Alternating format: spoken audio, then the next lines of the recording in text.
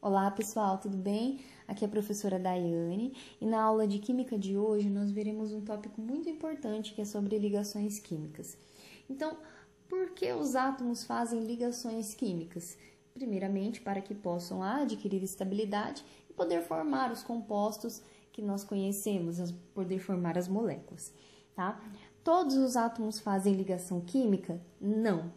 Alguns elementos da tabela periódica, os que estão situados lá na última coluna, na coluna 18, são os chamados gases nobres. Eles são átomos que já possuem estabilidade e daqui a pouquinho nós vamos entender por quê. Antes de iniciar o tópico ligações químicas, nós precisamos rever um conceito que nós vimos lá no primeiro bimestre, que é sobre a estrutura de um átomo.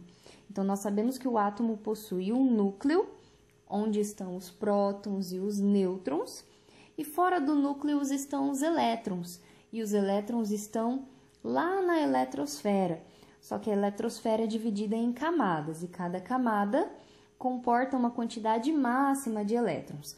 A última camada de qualquer átomo é chamada de camada de valência, é a camada mais externa, e é dessa camada que os elétrons vão sair, ou caso um átomo venha receber elétrons de um outro átomo, é nessa camada que os novos elétrons vão se acomodar, tá?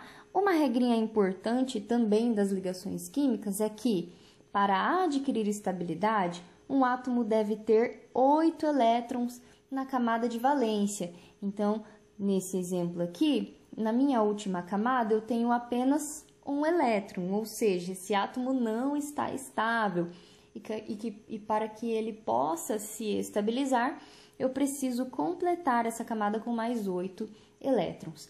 Os gases nobres já possuem 8 elétrons na camada de valência, por esse motivo é que são estáveis e não fazem ligações químicas, tá? Então, essa daqui é a chamada regra do octeto.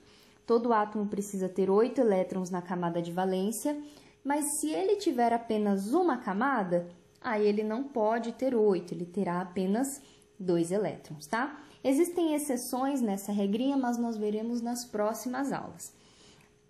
Quanto às ligações químicas, existem 3 tipos: ligação iônica, ligação covalente e ligação metálica. Na aula de hoje, nós veremos apenas a ligação iônica. Então, em que consiste a ligação iônica? Consiste em recepção ou doação de elétrons. Então, funciona assim: eu tenho 2 átomos e os 2 átomos precisam ficar estáveis, ou seja, os 2 átomos precisam de 8 elétrons na camada de valência.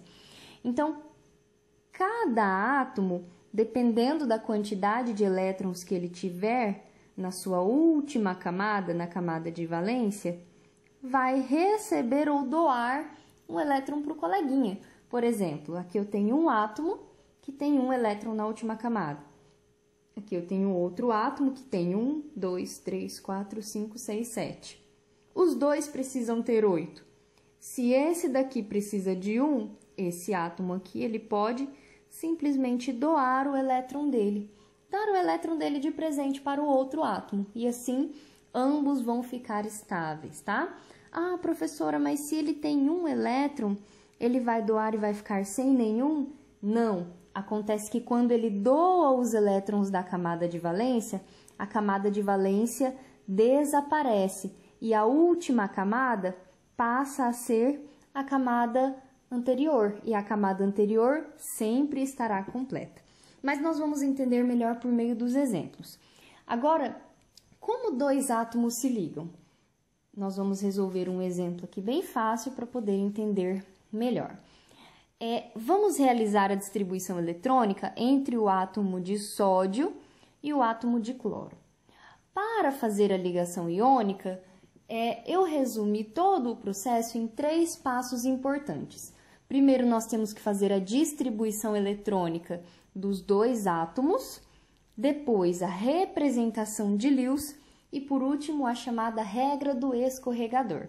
Então, vamos ver como fazer cada passo.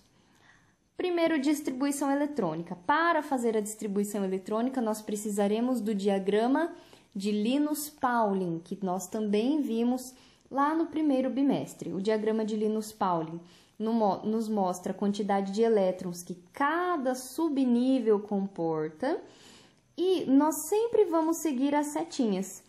Os números pequenininhos são os números de elétrons que eu vou distribuir e eu vou sempre somando até completar o meu total. Vamos ver no exemplo? Então, o primeiro átomo é o átomo de sódio, representado com o símbolo Na. Lá na tabela periódica, o número atômico do sódio é 11. Se o número atômico é 11, significa que o número de elétrons também será 11, certo? Lembre-se, em um átomo neutro, o número atômico é sempre igual ao número de prótons e é sempre igual ao número de elétrons, quando o átomo está neutro. Então, se eu tenho o número atômico 11, significa que eu tenho 11 elétrons. Vamos distribuir. Nós sempre começaremos no 1s2. Vamos colocar aqui, 1s2. Depois do 1s2, a minha setinha desce, vai lá para o final e passa pelo 2s2. É o nosso próximo, 2s2. Enquanto isso, eu preciso sempre somar os numerozinhos de cima.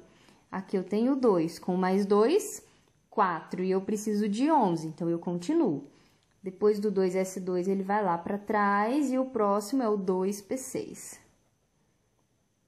Até aqui, somando todos os elétrons, eu tenho 2 com mais 2, 4, 4 com mais 6, 10.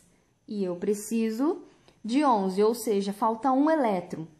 Depois do 2p6, o próximo da fila é o 3s2. Mas, como eu preciso de um elétron, eu vou terminar com 3s1, certo? Aqui, eu vou destacar o 3s1, por quê? Porque é a minha última camada. Os números grandes indicam as camadas. Então, ó, eu tenho a camada 1, tenho a camada 2 e tenho a camada 3. A camada 3 é a última camada, certo? Agora, vamos para o próximo, que é o cloro, representado pelo símbolo Cl. O número atômico é 17, então eu tenho 17 elétrons. Vamos lá. 1s2, depois do 1s2, lá para trás, 2s2, depois do 2s2, volta lá para trás, 2p6. Aqui eu já tenho 2 com 2, 4, com mais 6, 10. Faltam 7. Depois do 2p6, o próximo é o 3s2. Até aqui, 12. Depois do 3s2, o próximo é o 3p6. Então, 3p. De 12 para 17, faltam 5. Então, eu coloco 3p5. Certo? Eu posso sempre diminuir o número, mas eu nunca posso aumentar. Então, eu posso colocar 3p1, 3p2, 3p3, até o 3p6. Se eu precisasse de um número maior do que o 6, eu teria que avançar para o próximo, tá? Aqui eu vou destacar a última camada. Da mesma forma, eu tenho a camada 1, tenho a camada 2 e tenho a camada 3. Eu vou destacar. Professora, mas são duas camadas 3? Não, acontece que os subníveis são diferentes, tá? Mas a camada é a mesma. E na minha última camada eu tenho quantos elétrons? Como eu tenho a mesma camada, eu preciso somar. Então, eu tenho 5 com mais 2, 7 na última camada do cloro, certo? Fizemos a distribuição eletrônica e encontramos os elétrons da última camada. Agora, nós vamos para a representação de Lewis. Representação de Lewis é nada mais, nada menos do que o desenho esquematizado de cada átomo com os elétrons da última camada. Então, eu vou desenhar o sódio, vou colocar aqui Na, e o último elétron da camada dele. Quantos elétrons ele tem na última camada? Ah, pela distribuição eletrônica, nós vimos que ele tem só um. Então, eu vou representar com uma única bolinha esse um elétron. Agora, o próximo é o cloro. Cl. Vou pegar uma cor diferente. O Cl, nós vimos que tem 7 elétrons na última camada. 5 com mais 2, 7. Vamos desenhar os 7 elétrons. Para não ficar igual aqui os elétrons do Na, eu vou fazer X para diferenciar. Se quiser fazer bolinha, não tem problema, tá? Mas o melhor é diferenciar para não confundir de quem são os elétrons. 1, 2, 3, 4, 5, 6 e 7. Perfeito. Agora, nós vamos verificar a situação de cada átomo. Tanto o sódio quanto o cloro precisam de 8, certo? O sódio tem 1 e o cloro tem 7. Será que é mais fácil o cloro receber um elétron do sódio ou é mais fácil o sódio receber 7 elétrons do cloro? Com certeza é mais fácil o cloro receber esse elétron aqui do sódio. Então, o que que acontece? O sódio vem e doa esse elétron aqui para o cloro, tá? E daí, dessa forma, o que que acontece? O sódio perde esse elétron aqui, ele perde essa camada. A última camada dele agora não é mais a camada 3, a última camada dele agora é a camada 2, porque ele perdeu essa camada aqui. E o cloro ganhou mais um elétron, ou seja, agora ele tem quantos na última camada? 1, 2, 3, 4, 5, 6, 7, que ele já tinha, ganhou mais um, ficou com 8. Então, o cloro está ok. E o sódio? O sódio perdeu esse elétron aqui, perdeu essa camada. Sem essa camada, a última camada dele tem quantos elétrons? Ó, 6, com mais 2, 8. Então, certo com o Na também, tá? Essa daqui é a representação de Lewis. E depois da representação de Lewis, nós vamos colocar o símbolo, o sinalzinho de cada, representando a quantidade de cada, quantidade de elétrons que cada átomo perdeu ou ganhou. Então, primeiro vem o Na. O Na ganhou ou perdeu elétrons? Ele perdeu. Se ele perdeu, ele se tornou um cátion, sinal positivo. Quantos elétrons ele perdeu? Um só. Então, só um maisinho, tá? Agora, o Cl. O Cl ganhou elétrons. Se ele ganhou, sinal de menos. Quantos elétrons o cloro ganhou? Um só. Se é só um, só o sinalzinho de menos. Certo? Esse passo está feito. Agora, nós vamos para a regra do escorregador. Vou refazer aqui Na mais Cl menos. A regra do escorregador nada mais é do que trocar os números que estão junto aos sinais para o outro lado sem o sinal. Então, aqui eu tenho mais quanto? Mais 1. E aqui menos 1, tá? Porque foi um elétron. Eu poderia ter colocado aqui mais 1 e menos 1 também, não tem problema, tá? Só que quando não aparece nada é porque é 1. É igual na matemática.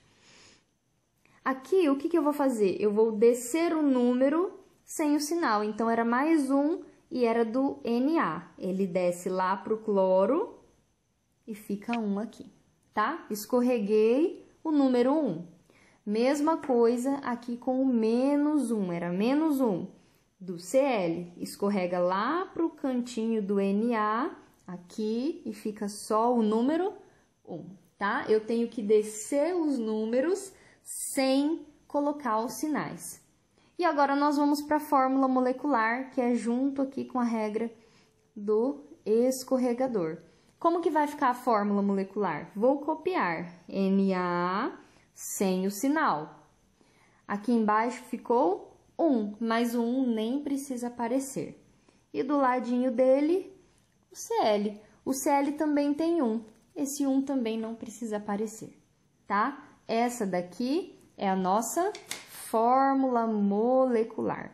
Então, toda vez que se falar em ligação iônica, nós estamos nos referindo a esse tipo de ligação com esses 3 passos. Por que iônica? Porque ela forma íons, tá? Nós vimos o que é um íon lá nas primeiras aulas do primeiro bimestre, certo? Agora, para fechar, eu farei um segundo exemplo.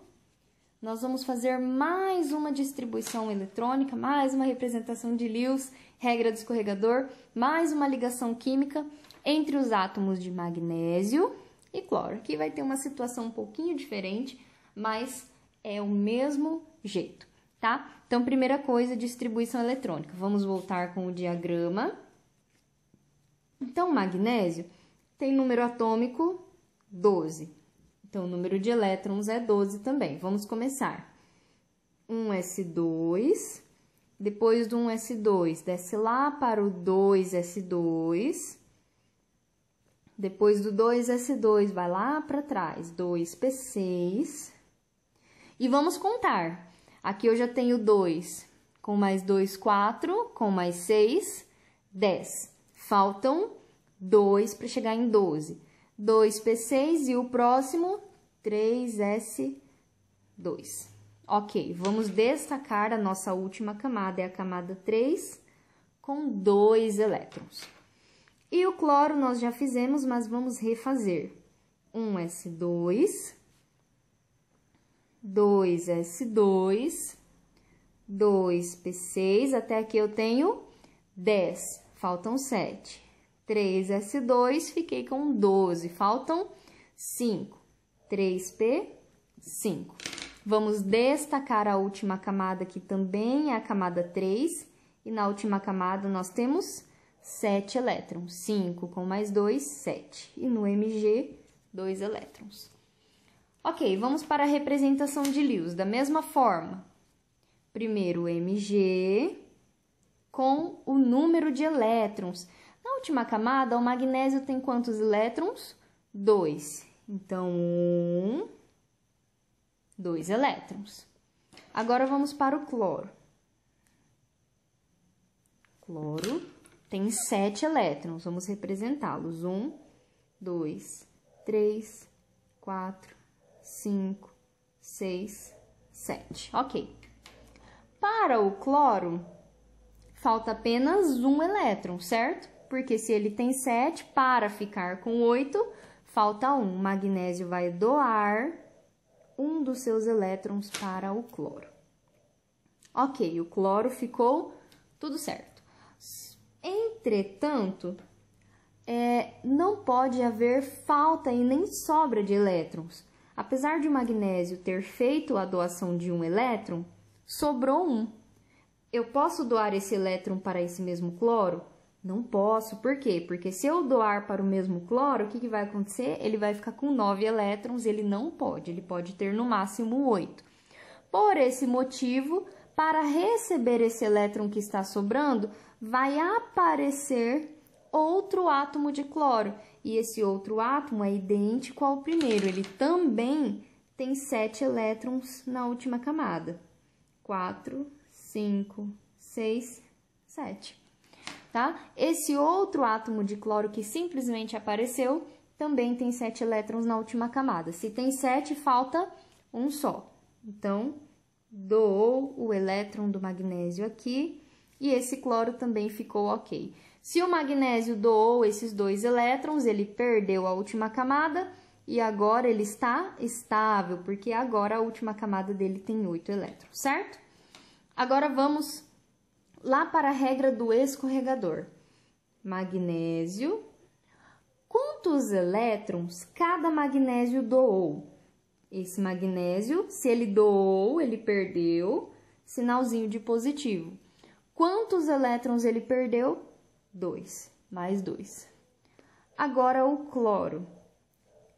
Mesmo tendo 2 átomos de cloro, eu vou considerar apenas um deles, como se fosse o representante de todos. Então, cada átomo de cloro ganhou. Se ganhou, sinal de menos. Quantos elétrons o cloro ganhou? Um só. Então, menos 1, ok? Regra do escorregador, mais 2. Desce para cá somente o número 2. Menos 1, desce para cá somente o número 1. Como vai ficar a fórmula molecular? Vai ficar Mg, o 1, só que o 1 não precisa aparecer. Cl, e embaixo do Cl, o número 2. Então, a fórmula molecular MgCl2, certo? Mesmo depois da regra do escorregador, na fórmula molecular, não precisa que eu coloque os sinais e nem o número 1, tá? Essa parte aqui não pode aparecer na fórmula molecular, essa parte de cima. Só os números de baixo e o 1 a gente não coloca, mas a gente sabe que é só 1. Certo, pessoal? Então, essa foi a nossa aula sobre ligação iônica e eu aguardo vocês para as próximas aulas de Química. Tchau, tchau!